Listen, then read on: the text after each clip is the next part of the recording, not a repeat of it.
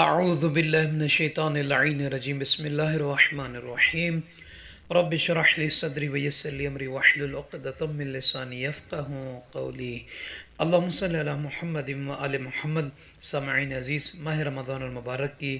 29ویں شب کی نماز طریقہ فضیلت بیان کرنا ہے۔ اللہ تعالیٰ سے دعا کرتے ہیں کہ پروردگار ان لمحات کو ہم اور آپ سے منظور و مقبول فرمائے، ہم سب کی خطاؤں کو غلطیوں کو معاف فرمائے، ہم سب کے روزوں کو تلاوت کلام پاک کو اپنی بارگاہ میں عظیم شرف کے ساتھ قبولیت کا درجہ عطا فرمائے، آمین یا رب العالمین۔ ملتا ہے روایت میں ومن صلی لیلۃ 29 من شہر رمضان رکعتین بفاتحۃ الکتاب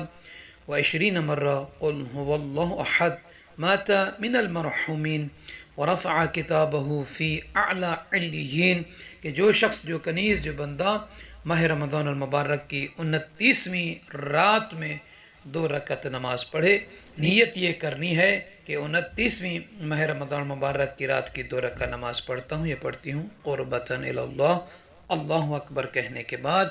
پہلی رکعت میں اور دوسری رکعت میں سورہ الحمد کو 1 مرتبہ پڑھنا ہے، اور سورہ الحمد کے بعد پہلی رکعت میں اور دوسری رکعت میں سورہ توحید کو، یعنی قل هو اللہ احد اللہ الصمد لم یلد ولم یولد ولم یکن لہ کفوا احد۔ فرماتے ہیں کہ جو شخص یہ اس شب میں 2 رکعت نماز پڑھے گا تو وہ مرحومین کی موت مرے گا اور اس کا نامہ اعمال اعلیٰ علیین کی لسٹ میں ہوگا، یعنی جب وہ مرے گا تو اس کا حساب کتاب جو ہے